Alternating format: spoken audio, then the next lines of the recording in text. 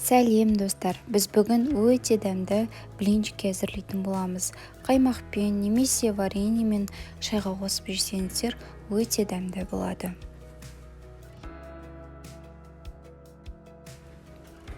Блинчикидің ингредиенттері: 3 жұмыртқа, 100 грамм шекер, 3 ас қасық күнбағыс майы, 1 кесе жылы су, 1 үлкен кесе сүт және 250-300 грамм ұн.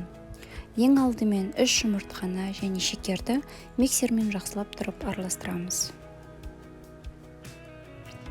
Содан кейін 3 ас қасық күнбағыс майын, 1 үлкен кесе сүт және орташа кесе жылы суды жақсылап тұрып араластырамыз.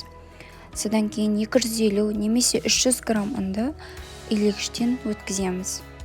Яғни 250 немесе 300 грамм деген себебі блинчикидің консистенциясы өте қою немесе өте сұйық болмауы қажет. Орташа консистенцияны ұстап тұруы қажет. Жақсылап барлығын миксерлеп дайындап аламыз.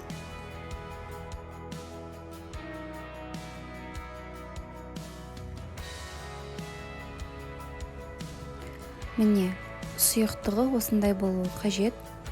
Өте қою да емес, өте сұйық та емес.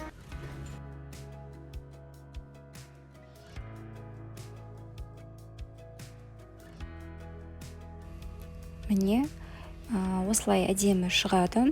21-22 штуктай. Сіздер жасап көріңіз. Өте дәмді.